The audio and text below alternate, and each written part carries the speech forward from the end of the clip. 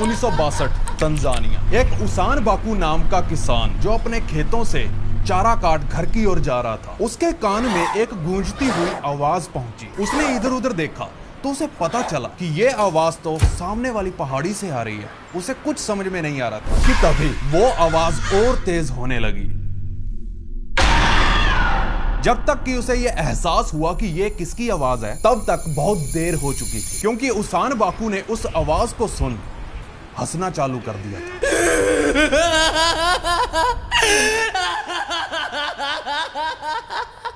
और ऐसा हंसा कि उसकी हंसी बंद ही नहीं हो रही थी। इस घटना के 15 महीनों बाद उसान बाकू को एक दिन अचानक हार्ट अटैक आया और उसकी वही मौत हो गई। मौत का कारण था 15 महीनों तक लगातार हंसते रहना। दिन हो या रात उसान बाकू अपनी हंसी नहीं रोक पाया, जिसके चलते उसकी मौत हो गई। आखिर उसान बाकू ने 15 महीने पहले उस पहाड़ी पर ऐसा क्या देख और सुन लिया था कि वो चीज उसे अपने साथ हंसा हंसा कर ले गई। सन 1962 तंजानिया। रोजमर्रा की तरह दिन की शुरुआत होती है। वहां के लोकल गांव की 3 लड़कियां तैयार होकर अपने स्कूल पहुंचती हैं और वो स्कूल उसी पहाड़ी पर मौजूद था जिसकी वजह से उसान बाकू को अपनी जान गंवानी पड़ी। उस दिन जब वो तीनों लड़कियां अपने क्लासरूम में पहुंची तो उन्होंने आपस में बात करना शुरू की और बात करते करते उन तीनों लड़कियों में से एक ने कुछ ऐसा बोल दिया कि वो तीनों अचानक हंसने लगती हैं। उन्हें ऐसा हंसते देख क्लास में बैठे साथ वाले स्टूडेंट्स भी जोर जोर से हंसने लगते हैं। आप सोच रहे होंगे कि इसमें क्या, बच्चे तो हंसते ही हैं। वो ठीक है, लेकिन ये बच्चे हंसने में इतना ज्यादा बिजी हो गए कि फिर अपनी हंसी को बंद करना ही भूल गए। वो लगातार पेट पकड़कर हंसे जा रहे थे और इसी हंसी की गूंज चारा काट रहे उसान बाकू के कान तक भी पहुंची। देखिए, जब ये सब कुछ हो रहा था तब टीचर ने उन्हें चुप करवाने की बहुत कोशिश की, लेकिन वो चुप होने का नाम ही नहीं ले रहे थे। स्टूडेंट्स को चुप करवाते करवाते अब टीचर्स ने भी हंसना चालू कर दिया था और यह सिलसिला यहीं पर खत्म नहीं हुआ। एक के बाद दूसरे स्कूल, फिर तीसरे से चौथे स्कूल, ऐसा करते करते तंजानिया के 16 स्कूल इस हंसी की चपेट में आ गए। हंसी की इस महामारी से 1000 से भी ज्यादा लोग अफेक्ट हुए। उन बच्चों की हंसी बंद ही नहीं हो रही थी। माँ बाप ने अपने बच्चों को रगड़ रगड़ कर पीट कर भी देखा, लेकिन वह मार खाते खाते हुए भी हंसे जा रहे थे। खौफ इस कदर फैला कि लोगों ने एक दूसरे से मजाक करना भी बंद कर दिया कि कहीं ये हंसने वाली बीमारी उन्हें या उनके बच्चों को ना हो जाए। इस लाफ्टर अपोकलिप्स के चलते तंजानिया गवर्नमेंट ने अपने स्कूलों पर भी ताला जड़ दिया, लेकिन घर पर रहकर भी बच्चों की हंसी नहीं रुकी। ये सिलसिला करीब 17 से 18 महीनों तक चला, लेकिन फिर एक दिन अचानक सबकी हंसी बंद हो गई। लगातार 18 महीनों तक लोग यूं ही बिना किसी बात के हंसते चले गए। Reason unknown. दोस्तों, उस घटना को आज के वक्त लोग लाफ्टर एपिडेमिक के नाम से जानते हैं और इस घटना को मैं पहले भी अपनी एक वीडियो में बता चुका हूं, आज से 3 साल पहले, लेकिन मैंने बहुत कम बताया था। आज मैंने फुली एक्सप्लेन किया, लेकिन अभी जो मैंने आपको घटना बताई ये तो बहुत छोटी सी घटना है। इस घटना के बारे में हम ज्यादा बात नहीं करेंगे। आज हम बात करेंगे इससे भी तगड़ी डेंजरस बीमारी के बारे में, जिसे सुन आपका रोम रोम कांप उठेगा। बस डरना मत।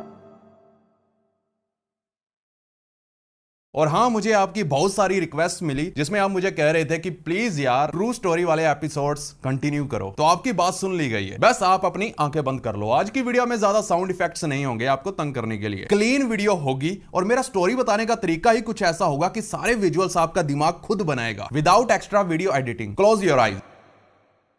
वीडियो में आगे बढ़ने से पहले मैं आज के हमारे स्पॉन्सर पारी मैच के बारे में बताना चाहता हूं। पारी match number 1 global gaming platform है जिसमें 5000 से भी ज्यादा गेम्स है जिसे खेलकर आप विनिंग कर सकते हो। फॉर एग्जांपल एविएटर, जिसमें प्लेन के ऊपर जाने पर विनिंग्स होती हैं। क्रिकेट लवर्स के लिए क्रिकेट एक्स है। पिंकोरेस, जिसमें बॉल से सेल को हिट करना होता है। और जेट एक्स भी है, जिसमें जेट जितना ऊपर जाता है विनिंग्स उतनी ही बढ़ती है। पारी मैच प्लेटफॉर्म पर आपको आपका मन पसंदीदा गेम मिल ही जाएगा। यही नहीं, इसमें फास्टेस्ट विड्रॉल के साथ साथ wide choice of payment methods भी है, वो भी सिर्फ 200 रुपए की एंट्री पॉइंट में। नीचे पिन कमेंट में आपको लिंक मिल जाएगा। Click and register with it and get a welcome bonus of up to 1,05,000 INR। दोस्तों, आपने एक गाना सुना और फिर वो गाना रील की तरह बार बार आपके दिमाग में बजने लगता है। क्या आपके साथ भी ऐसा कभी हुआ है? दोस्तों, इसे ईयरवर्म कहा जाता है और मेडिकली इसे स्टक सॉन्ग सिंड्रोम भी कहा जाता है। और जब ऐसा होता है तो उस सॉन्ग को अपने दिमाग से बाहर निकालना बहुत डिफिकल्ट हो जाता है। According to some researchers, Lady Gaga का ये गाना बैड रोमांस सबसे डेंजरस ईयरवर्म कैटेगरी में आता है। पीछा छुड़ाना मुश्किल हो जाएगा इस गाने से। यह बार बार दिमाग में गाना बजते रहना कितनी अननोइंग और फ्रस्ट्रेटिंग फीलिंग होती है, आप जानते होंगे। चाहे एक्चुअल म्यूजिक ना बज रहा हो, लेकिन आपके हाथ पैर आपके कंट्रोल में नहीं रहते, आप एक तरह से पावरलेस हो जाओगे। वैसे मैं ये सब क्यों बता रहा हूं, हालांकि उस घटना का इस बात से कोई लेना देना नहीं है, पर एक बार ध्यान से सुनना। सन 1518 जुलाई का महीना, स्ट्रासबर्ग, फ्रांस। गर्मियों का वो चमचमाता दिन, और उस दिन एक घर का दरवाजा खुलता है, जिसमें से एक औरत बाहर निकलती है और आराम से चलते हुए सड़क तक पहुंचती है। अभी तक सब कुछ नॉर्मल था, लेकिन जैसे वो अपना पैर सड़क पर रखती है तो वो अजीबोगरीब तरीके से नाचना शुरू कर देती है। इस औरत का नाम था फ्रॉ ट्रॉफी, शॉर्ट में मैं इसे ट्रॉफी बोलूंगा। हालांकि वहां कोई भी गाना नहीं बज रहा था, ना ही कोई तबला या म्यूजिक इंस्ट्रूमेंट चला रहा था, फिर भी वो नाचे जा रही थी। उसे नाचते देख लोगों ने उससे पूछा कि तुम क्यों नाच रही हो, लेकिन उसने कोई जवाब नहीं दिया, बस वो नाचे जा रही थी। उसकी ऐसी हरकतों को देख लोग उस पर हंस पड़े। उन लोगों की हंसी देख अब ट्रॉफी ने नाचने के साथ साथ अब गला फाड़ फाड़ कर हंसना भी चालू कर दिया था। अब वो नाच भी रही थी और हंस भी रही थी, पर ऐसा क्यों हो रहा था शायद उसे भी नहीं पता था। वो औरत सारा दिन बिना रुके बस नाचती रही, और जैसे ही रात हुई तो वो थक कर बेहोश हो गई। कुछ घंटे बाद फिर खड़ी हुई और फिर से नाचने लगी। अगली सुबह आते आते उसके नाचने की वजह से वहां भीड़ जमा होने लगी, और वो ट्रॉफी से पूछे जा रही थी कि तुम क्यों नाच रही हो, लेकिन वो थमने का नाम ही नहीं ले रही थी। उसके पैरों में से खून निकलने लगा और वो बुरी तरह से सूज गए। ट्रॉफी के चेहरे को देख ये साफ साफ पता चल रहा था कि वो नाचना नहीं चाहती थी,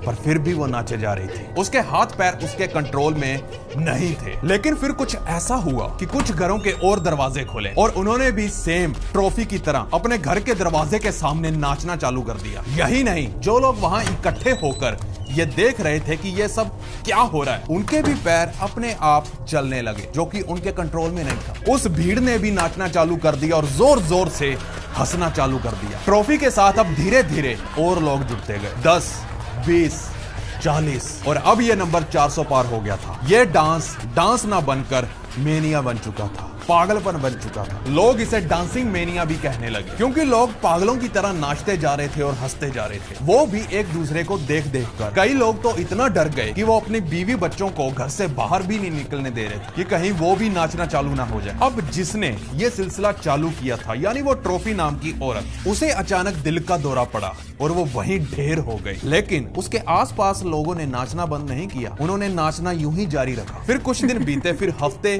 और फिर महीने बीते। लोग अभी भी नाचे जा रहे थे, और रोजाना 15 से 20 लोग यूं ही नाचते नाचते मारे जा रहे थे। कुछ लोगों को दिल का दौरा पड़ा तो कुछ लोग गर्मी से मर गए। सिटी काउंसिल यानी प्रशासन भी अब शौक में था कि अब किया तो किया क्या जाए, क्योंकि आज तक उनके सामने कभी ऐसी मुश्किल आई ही नहीं, तो अब वो करते भी क्या। देखिए, जैसे जैसे अब दिन गुजरते जा रहे थे, वैसे वैसे और लोग उस डांस को ज्वाइन करने लगे, और फिर गर्मी भी इतनी कि लोग दर्द के मारे रोने लगे, हंसने लगे और फिर चिल्लाने लगे, पर डांस बंद नहीं हुआ। अब सिटी काउंसिल को कुछ ना कुछ तो करना था, इसलिए उन्होंने कुछ डॉक्टर्स की टीम को बुलाया, एस्ट्रोलॉजर्स को भी बुलाया गया, और वो इस निष्कर्ष पर पहुंचे कि ये सब कुछ हॉट ब्लड के कारण हो रहा है। और उस वक्त डॉक्टर्स ये मानते थे कि हॉट ब्लड के कारण बंदे का दिमाग गर्म हो जाता है, जिससे वो पागलों वाली हरकतें करने लगता है। फिर डॉक्टर्स और एस्ट्रोलॉजर्स ने एक प्लान बनाया कि ये साले नाचना तो बंद कर नहीं रहे, चलो अब इन्हें और नचाते हैं, क्या पता शायद इनसे उनकी प्रॉब्लम सॉल्व हो जाए। इसलिए उन्होंने कुछ सिंगर और म्यूजिशियंस हायर किए ताकि क्राउड और ज्यादा स्पीड से नाचने लग जाए और उनकी हॉट ब्लड वाली कंडीशन सही हो जाए। लेकिन उनका ये प्लान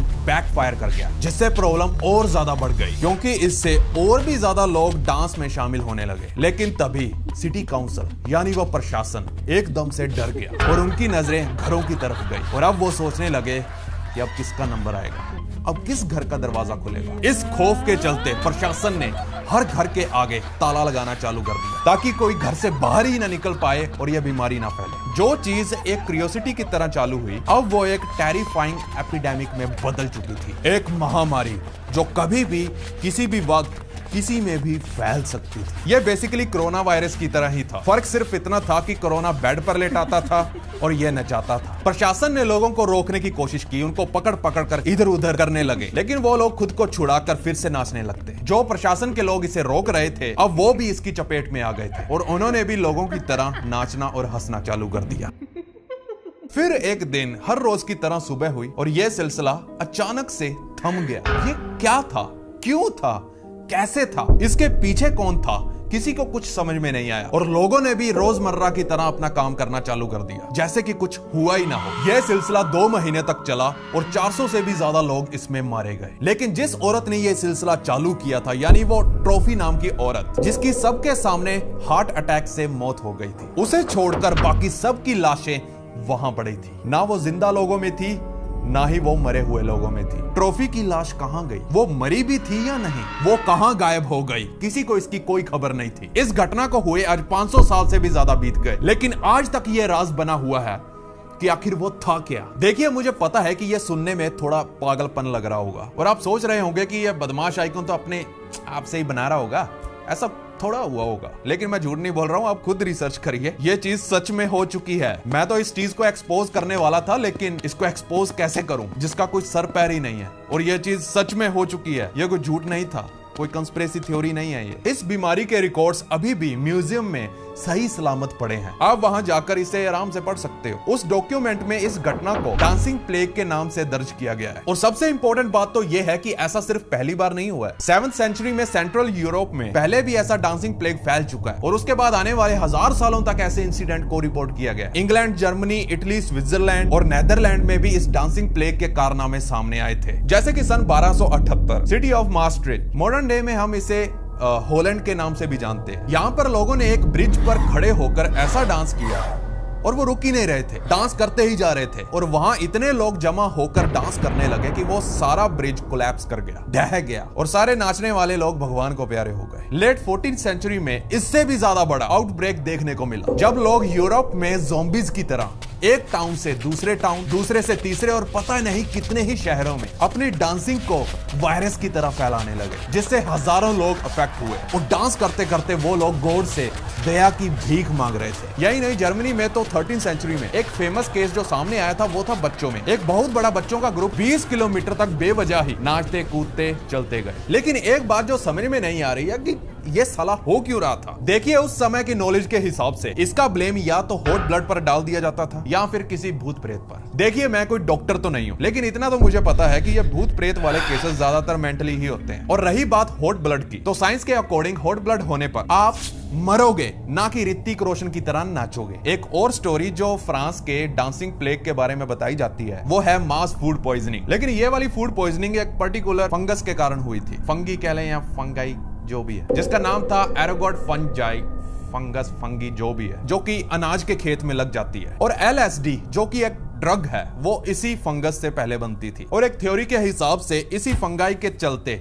लोगों में हेलुसिनेशन देखने को मिल रहा था और लोग बिना म्यूजिक के भी डांस कर रहे थे। ये थ्योरी अच्छी थी अगर 1 या 2 परिवार में होती तो, लेकिन 400 लोग, मुझे नहीं लगता, मैं नहीं मानता। और भी थ्योरीज थी, जैसे कि आजकल बीमारियां हमें इफेक्ट करती हैं, जैसे कि एन्सेफेलाइटिस, एपिलेप्सी या टाइफस। लेकिन फिर वही बात, इससे हम थोड़े बहुत पागलपन को एक्सप्लेन कर सकते हैं, लेकिन 400 लोग वो भी एक साथ, ये समझ में नहीं आता। देखिए, 16 और 17th सेंचुरी में कुछ सिमिलर तरीके का आउटब्रेक इटली में भी देखने को मिला था, जिसे ट्रेंचुला स्पाइडर से लिंक किया गया था। वहां के लोकल्स के अकॉर्डिंग अगर यह मकड़ी लोगों को काट ले तो लोग उसके पॉइजन से बचने के लिए नाचना शुरू कर देते थे। और यह डांस कुछ घंटों तक भी हो सकता था या फिर कुछ दिनों तक भी। और इस डांस को वो लोग कुछ ट्रेंटिज्म भी कहते थे। लेकिन मॉडर्न साइंस के अकॉर्डिंग ट्रेंचुला स्पाइडर के काटने से कोई भी जहर नहीं फैलता, ना ही कोई मरता है। उसका जहर किसी मधुमक्खी के काटने के बराबर ही होता है। तो अगर उस समय लोग मकड़ी के काटने से अगर मरे होंगे तो वो डांस करने की वजह से मरे होंगे, ना कि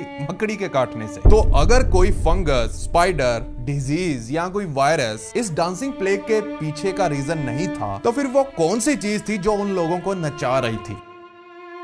सच्चाई तो ये है, आई डोंट नो। अगर मुझे पता होता तो मैं रिसर्च करके आपको बता देता, पर रीजन अननोन है। कोई भी श्योर नहीं है कि उस दिन क्या हुआ था। लेकिन एक और एक्सप्लेनेशन है जो शायद मुझे लगता है कि हाँ हो सकता है, और वो ये है कि उन लोगों को कुछ हुआ ही नहीं था फिजिकली, मतलब उन्हें फिजिकली तो कोई प्रॉब्लम नहीं थी, और वो सब साइकोजेनिक इलनेस से जूझ रहे थे, जिसे मास हिस्टीरिया के नाम से भी जाना जाता है। और जो मैंने आपको वीडियो की स्टार्टिंग में 1962 के लाफिंग एपिडेमिक के बारे में बताया था, वो भी एक मास हिस्टीरिया का ही केस था।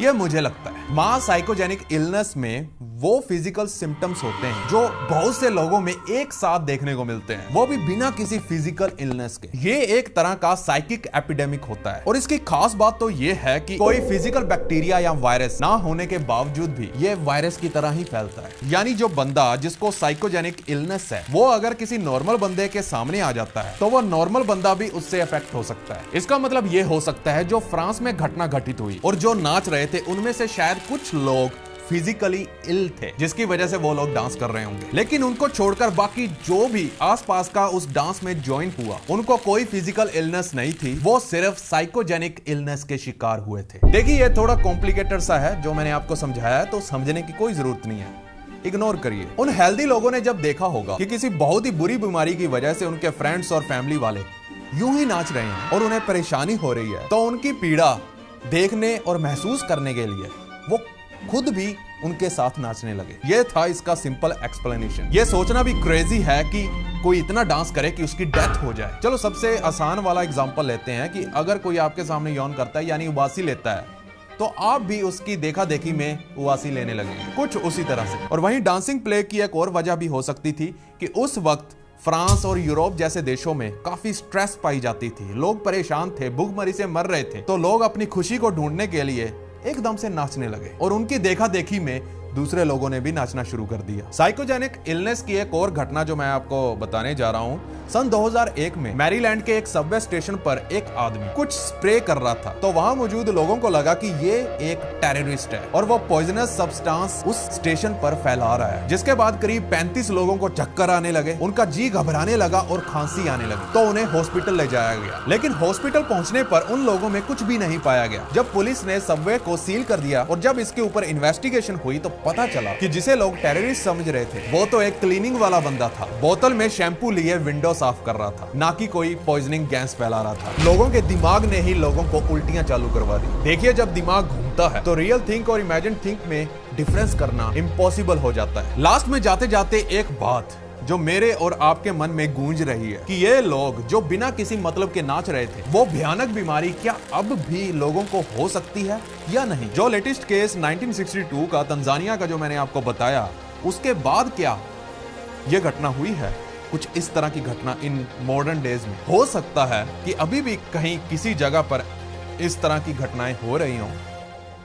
आई डोंट नो, यह भी तो हो सकता है आपको पता हो। Who knows? Over and out.